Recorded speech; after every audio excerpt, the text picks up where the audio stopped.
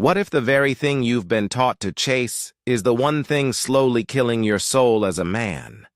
Picture this. You're standing at the altar, heart pounding, eyes locked on her, your family smiling, friends clapping. Everything feels like a dream. Fast forward 10 years, you're sitting alone at the kitchen table, cold dinner, colder silence. She's in the bedroom scrolling her phone. You don't recognize her anymore.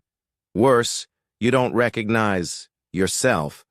The man with fire in his chest, he's now just tired of walking on eggshells, of trying to fix what he keeps, breaking of being the provider, protector, emotional sponge, and still never enough.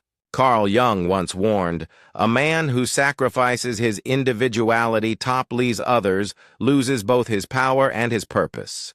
And modern marriage, it's the altar where countless men have unknowingly sacrificed both.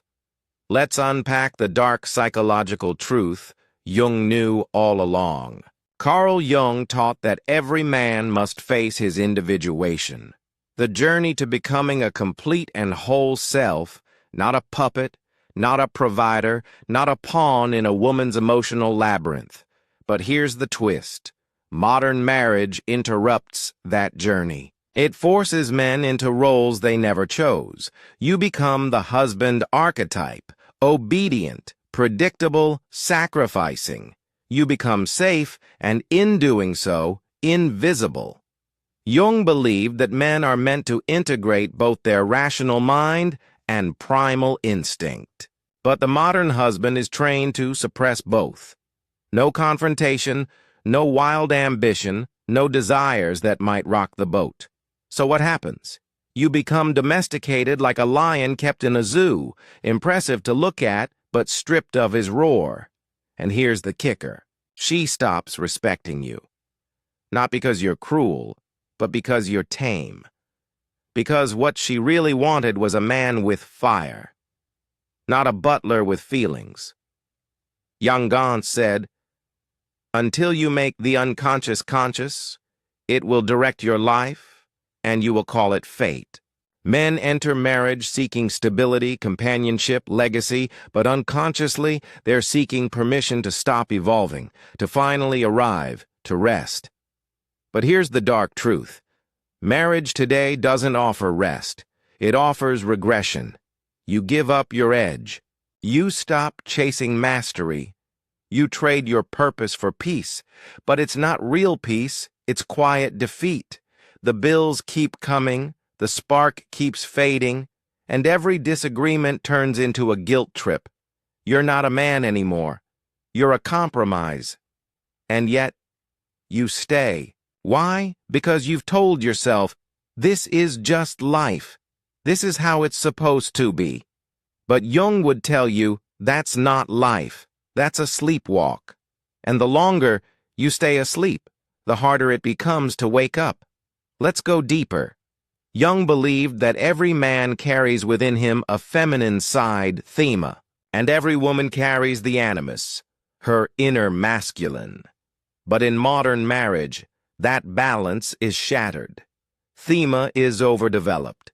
Men are told to be more emotional, more passive, more understanding. They stop asserting. They stop leading. They become what Jung feared. Men ruled by their inner feminine, cut off from their true masculine power. Meanwhile, the animus in women grows. Dominance, control, independence. She doesn't want to be led. She wants to lead.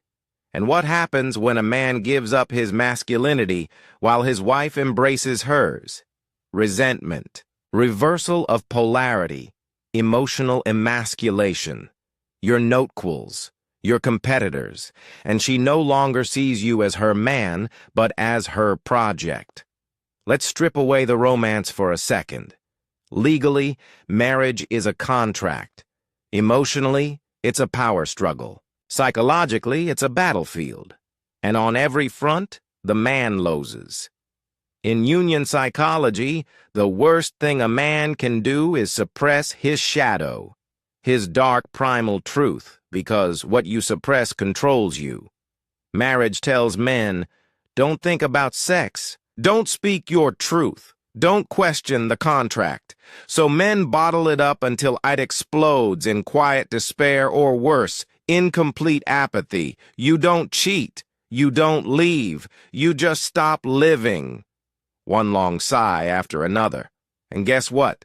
She feels it. She pulls away. Then one day she files the papers. Not because you were a bad man, but because you were no longer a man. But here's where it changes. Some men are waking up. Not bitter, not broken, but aware. They're choosing freedom over fantasy, solitude over servitude, purpose over partnerships that require self-erasure. They're building empires, healing their trauma, facing their shadow, not outsourcing their happiness. They're no tanty women. They're pro-self. They understand what Jung tried to tell us.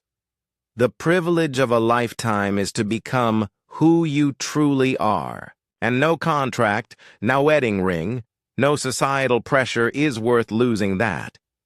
So before you chase the altar, ask yourself this.